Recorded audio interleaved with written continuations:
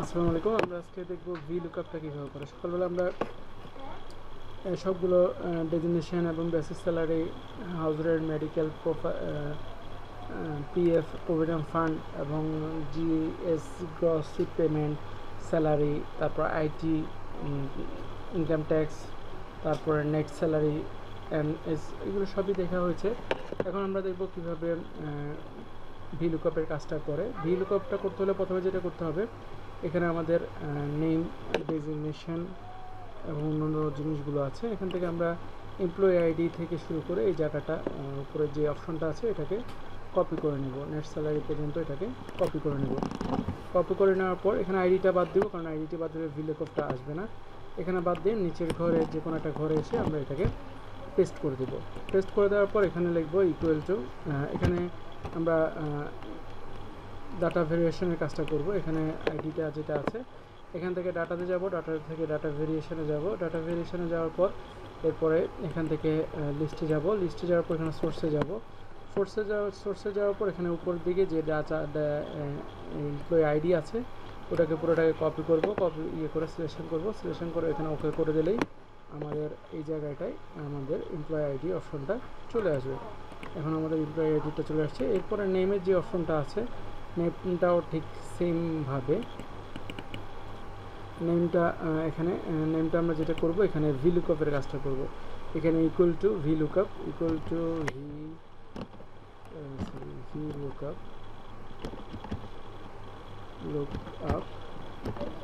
VLOOKUP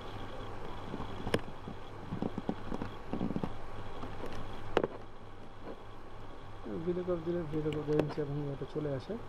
তো আমরা এখান থেকে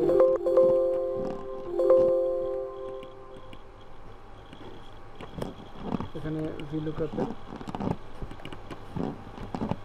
সূত্রটা দিয়ে দিব, VLOOKUP ব্র্যাকেট V9। আচ্ছা, B9টা কোথেকে আসছে? B19, এটা হচ্ছে B19টা হচ্ছে এইটা।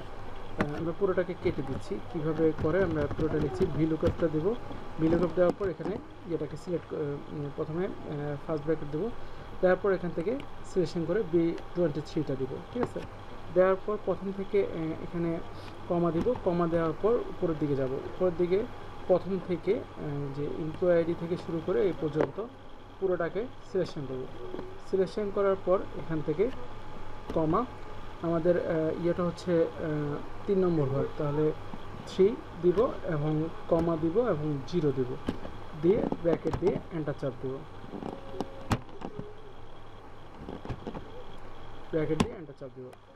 এন্টার চাপ দিলে আমাদের এখানে 2 হবে, এখানে 3 না 2 হবে। এই এন্টার দিলে আমাদের নামটা চলে আসবে। এরপরে আমাদের VLOOKUP-এর পর আমাদের নেমের অপশনটা চলে আসছে। এরপরে আমাদের ডেজিগনেশনটা দিব, এখানে লিখব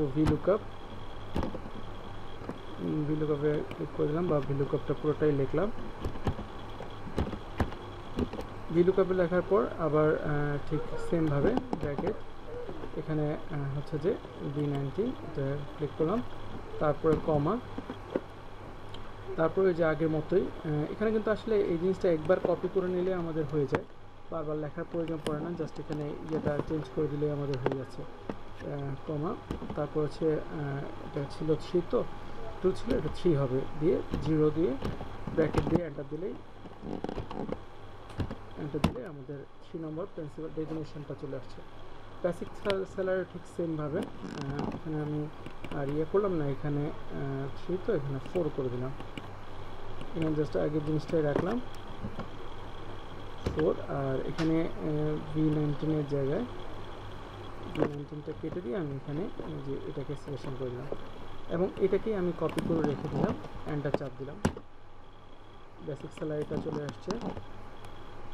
এখানে 4-এর জায়গায় 5 করে দেব,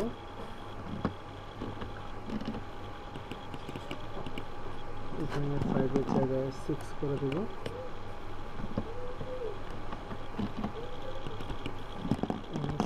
জায়গায় 7 করে দেব। এভাবে সহজে আপনি করে ফেলতে পারবেন, তাহলে আর সময় বেশি লাগবে না, অল্প সময়ের মধ্যে করে ফেলবেন। যেহেতু আপনি একটাই যাতে বুঝে গেছেন যে প্রথমটা কিভাবে হবে, যদি সেটা বুঝে যান পরেরটা আপনি এমনি কপি পেস্ট করে দিলেও কোনো সমস্যা হবে না, সেক্ষেত্রে আপনার রেজাল্টটা ঠিক মতো দেখাবে। এটা একটু ঠান্ডা মাথায় করতে হবে, ভিলে করতে অনেক সময় চেঞ্জ হলে কিন্তু রেজাল্ট আসতে চায় না। ওখানে কথা ছিল জানি। আচ্ছা আচ্ছা 8 ছিল, এখন 9 হবে। সরি, তো এই জিনিসটা মনে রাখতে হবে যে কোনটা কত ছিল। তাহলে আমাদের এখন দেখেন আমাদের পুরো জিনিসটা চলে আসছে, যেমন ধরেন নেম ইয়াটিয়া সহ পুরো জিনিসটাই চলে আসছে। এখন আমরা যে ড্রপ ডাউন হচ্ছে, যেটা কীভাবে বুঝবো যে আমাদের জিনিসটা চেঞ্জ হচ্ছে। যেমন আমি 102 দিচ্ছি, দেখেন এখানে নাম সহ আর পদবি সহ টাকার পরিমাণটা পুরো পরিবর্তন হচ্ছে। তারপর আমি 13 নম্বর দিলাম, আইডি নম্বরটা দিলাম, চেঞ্জ হলো, এবং নামটাম সহ টাকার পরিমাণটা চেঞ্জ হলো। আবার 114 নম্বর দিলাম এবং তাদের নাম টাম সহ সব কিছু পরিবর্তন হলো। জাস্ট উনি দেখবে যে আপনার ড্রপ ডাউনটা ঠিক আছে কিনা, বা সব কিছু চেঞ্জ হচ্ছে কিনা, টাকার পরিমাণটা এই নামটা চেঞ্জ করে সবগুলো চেঞ্জ হচ্ছে কিনা, এই জিনিসটা উনি দেখবে, অ্যাসেসর দেখবে। তো আমাদের এখানে যে ব্যাপারগুলো ছিল, শর্টকাটে যে ব্যাপারগুলো ছিল আমরা দেখিয়ে দিয়েছি। আরও কিছু যদি থাকে সেটা আমরা নেক্সটে আলোচনা করব। এবং আজকের ক্লাসটা আশা করি আপনারা মনোযোগ সহকারে দেখবেন এবং সব কিছু আপনারা প্র্যাকটিস করবেন। যদি না বুঝেন আপনারা কালকে সকালের মধ্যে আমাকে জানাবেন, সকাল না হলে দুপুরের মধ্যে জানাবেন। আমরা কালকে বিকালে অথবা সন্ধ্যায় এটা নিয়ে আমরা ক্লাসটা করব। যেহেতু আপনারা ভিডিওটা দেখতে পারবেন, ভিডিওতে দেখলে অনেক কিছু জানতে পারবেন। আর সরাসরি আমরা ক্লাস করাইবই, ক্লাসে আমরা বিস্তারিত আবার আলোচনা করব। তো আর ক্লাসে দেখা যায় যে নেট সংক্রান্ত সমস্যার কারণে অনেক কিছু বলা যায় না, বোঝা যায় না, সেজন্য ভিডিওটা দিয়ে দিয়েছি, আপনারা ভালো মতো দেখে নেবেন। যদি কোনো কোশ্চেন থাকে হোয়াটসঅ্যাপে সর্বক্ষণই চালু আছে, যে কোনো সময় নক দিতে পারবেন। তো ধন্যবাদ আমাদের সাথে থাকার জন্য এবং সুন্দরভাবে ক্লাসটা বুঝে নেওয়ার জন্য। ধন্যবাদ সবাইকে।